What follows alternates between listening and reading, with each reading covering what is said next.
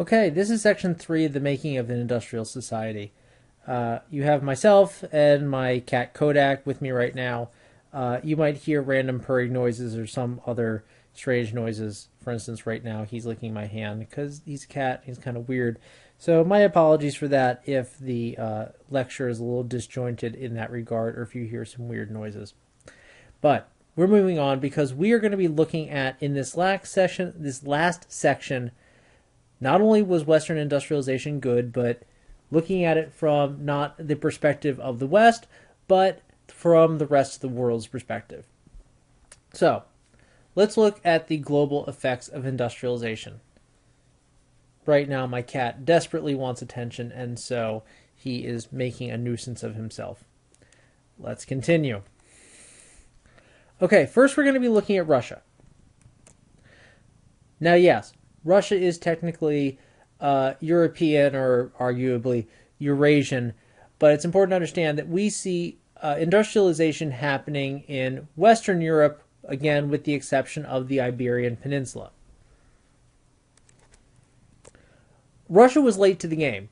Russia it initially had no interest in industrializing, plus they had social problems. They had a large serf population, and if you're not familiar with who the serfs are, I would recommend going to the glossary or index of the textbook, looking it up and familiarizing yourself with it. But at this point, we don't really have the time to go through 500 years of back history of Russia. But suffice it to understand, there were a lot of factors working against Russian industrialization. However, starting in 1860, around the same time as the U.S. Civil War, through 1900, so over the course of 40 years, we see massive government efforts to industrialize that are relatively successful. We see the creation of 35,000 miles of railroads, for instance. Of course, it's important to understand that Russia is also the largest country on Earth with vast areas of relatively small population, and so 35,000 miles of railroad is, while seemingly impressive, isn't as impressive as you might think. Because, as you can see from the bullet point, we have the construction of the Trans-Siberian Railroad. We also saw some... Oops. Pardon me. My cat stepped on my keyboard. We also see reformation of commercial laws. We also see the promotion of the arts and sciences through nautical and engineering schools and foreign investment. What Russia does have that many Western European countries do not have is access to natural resources. So that by the turn of the 21st century, Russia is a tremendously large producer of oil, which, as we know from the modern experience, is probably the single most important fuel source of the 20th century and seemingly right now for the 21st century, as well as producing lots of iron and armaments. We're going to start seeing the buildup of world armies. And my cat once again stepped on the keyboard, so that's an indication that we need to move on to the next slide. So we also need to look at the Far East. Remember, we've been looking primarily at two countries and looking at the Far Eastern experience. We've been looking at China and we've been looking at Japan.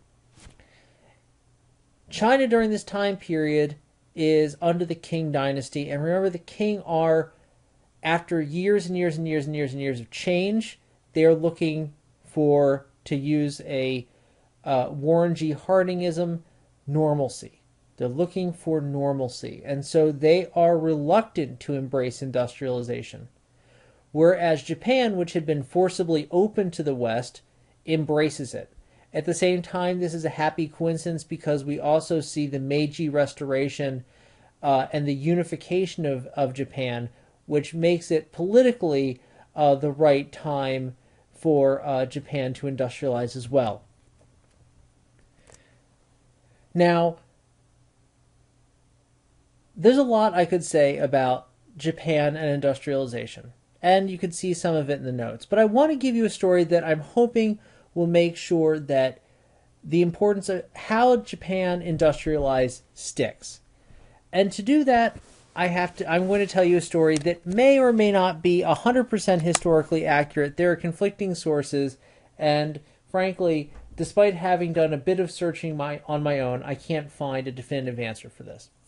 But when I was in college, I was told that the reason why Japan was able to industrialize was because of underwear. Might seem a little bit bizarre. Just like my cat jumping off of my dresser is a little bizarre and a little distracting. But now he's gone, so we can continue.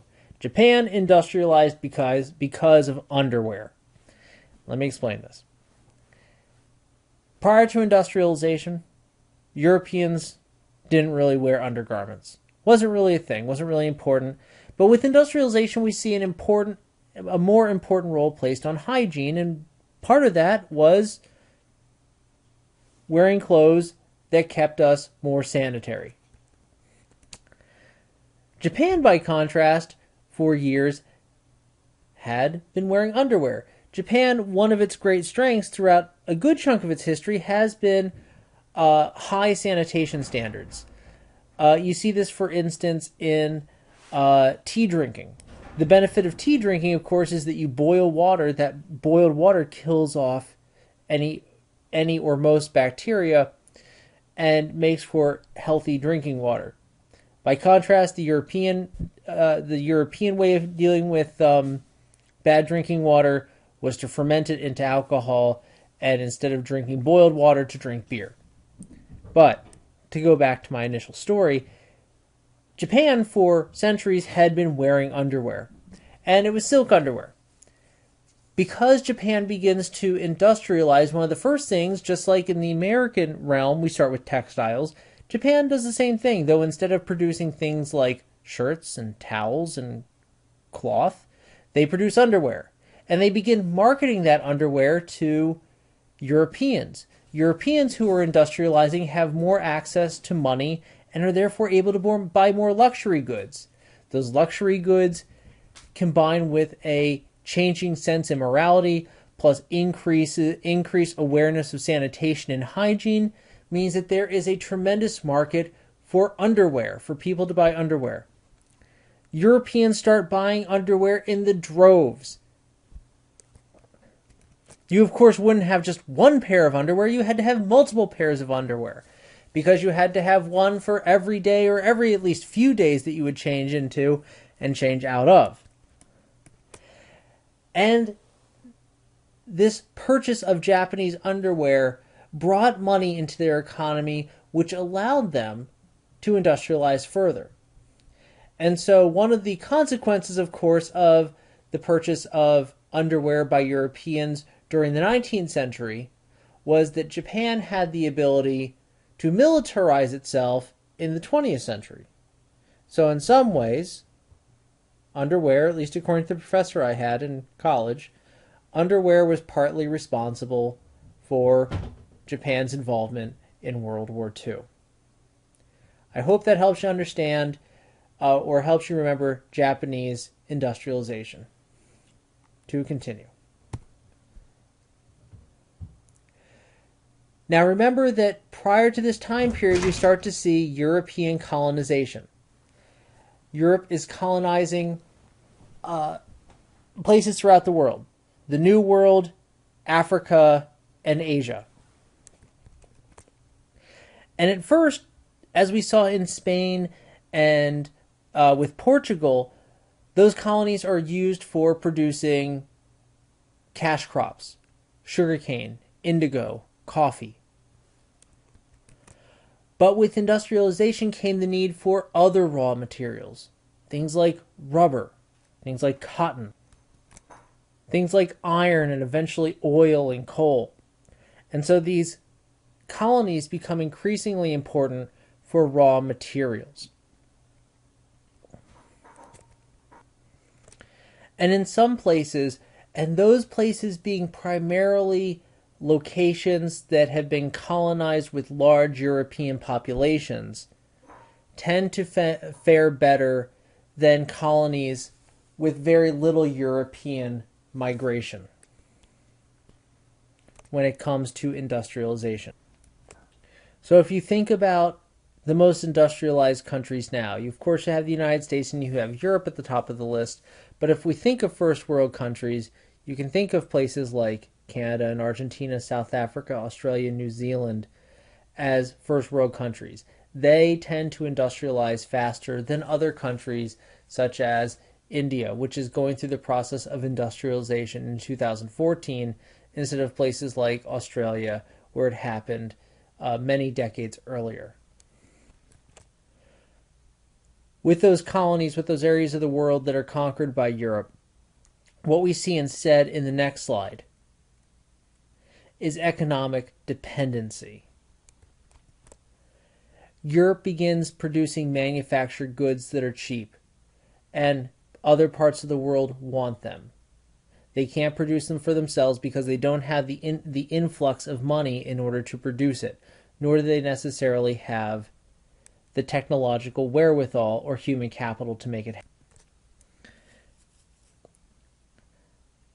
And with an increased marketplace of people who want your goods, the world becomes divided into producers and consumers. During this time period, it is European countries and the United States who are producing the vast majority of the world's manufactured goods, and it is those non-industrialized countries that are consuming a significant portion of those goods. That creates a significant imbalance in trade, in that those countries that are not industrialized are sending a significant amount of their wealth to those producing countries and not seeing it come back to any great degree. We can think of India and China, and in 2014 we have the same concern. As the United States has become much more a society based on consumption than on tangible production, we are purchasing most of our stuff from overseas, from places like China and India. And of course the concern is that that trade imbalance is going to weaken us in the long term. Moving on. We've reached the end of this lecture and are left with this question of whether Western industrialization was good. I hope at the end of this you see that there are a great number of benefits to industrialization.